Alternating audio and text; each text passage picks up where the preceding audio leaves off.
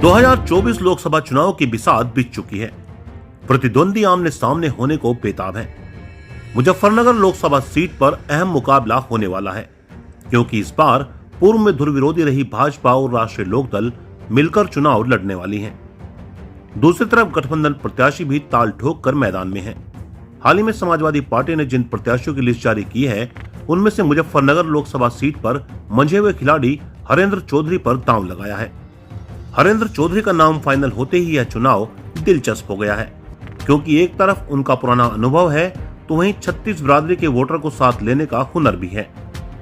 हरेंद्र चौधरी की लोकप्रियता किसी परिचय की मोहताज नहीं है, या यूं कहिए कि किसी भी परिस्थिति में वह मजबूत चुनाव लड़ने का हुनर बखूबी जानते हैं। चुनाव शंखनाद होते ही उन्होंने सभी 5 विधानसभाओं में अपनी उपस्थिति दर्ज करानी शुरू कर दी है।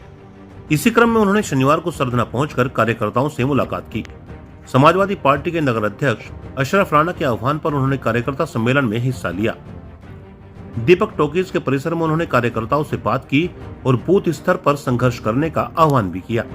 इससे पूर्व स्थानीय कार्यकर्ताओं ने उन्हें फूलमाला और पगड़ी पहनाकर उनका सम्मान किया। अपने संबोधन में उन्होंने समग्रता, भाईचारा और विकास की नीति पर चुनाव लड़ने का ऐलान किया है। साथ ही इस बात पर जोर दिया है कि उनकी मजबूती कार्यकर्ताओं के हौसले पर निर्भर करेगी। उन्होंने इशारों में मौजूदा सांसद की कार्यशैली पर भी सवाल उठाए हैं। साथ ही कार्यकर्ताओं को यह विश्वास भी दिलाया कि वह मेहनत से आगे बढ़े तो उन्हें 36 बिरादरी का वोट मिलने से कोई नहीं रोक सकता। सम्मेलन की अध्यक्षता खालिद अंसारी ने की तथा मंच संचालन इरफान जावेद सिद्दीकी ने किया। हरेंद्र चौधरी के अलावा विनीत भराला, अशरफ राणा, मंजूर मलिक और अकबर चौधरी ने भी मंच से संबोधन किया। इस मौके पर अशफाक नेताजी, जरगामुद्दीन, सलीम कुरैशी, जावेद मिर्जा, इकराम अंसारी, शुहेल शाह व अजीम सैफी समेत कई दर्जन कार्यकर्ता मौजूद रहे। मैं आज मिलूंगा, सबसे परिचय करूंगा और सबसे राय लूंगा चुनाव कैसे लड़ा जा, और जो मेरे मन में सुझाव होंगे उन लोगों को भी, साथियों को भी सुझाव दूंगा। उनका निर्देश और मेरा सुझाव मिलकर के निश्चित रूप से कारगर साबित होगा। सर, जो अलायंस हुआ है आरएलडी बीजेपी का भी हाल ही में, क्या उसके चलते प्रभावित होगी आपकी चुनावी रणनीति?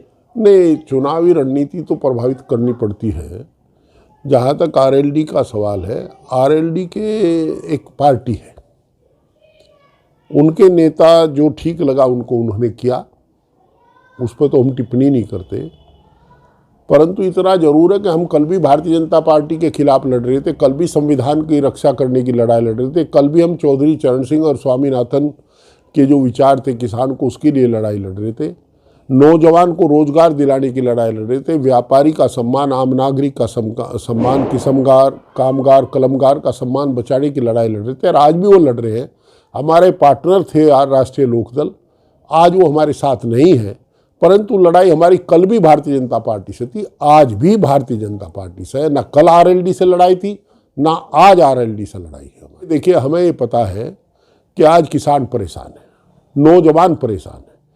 ये हम राजनीतिक नफा नुकसान उसका लेते, पर इतना जरूर है कि जो दुखी होगा, तंग को जंग है, अगर ये इस प्रकार लोगों को दुखी रखेंगे तो निश्चित रूप से उन्हें नुकसान होगा उस अलायंस को।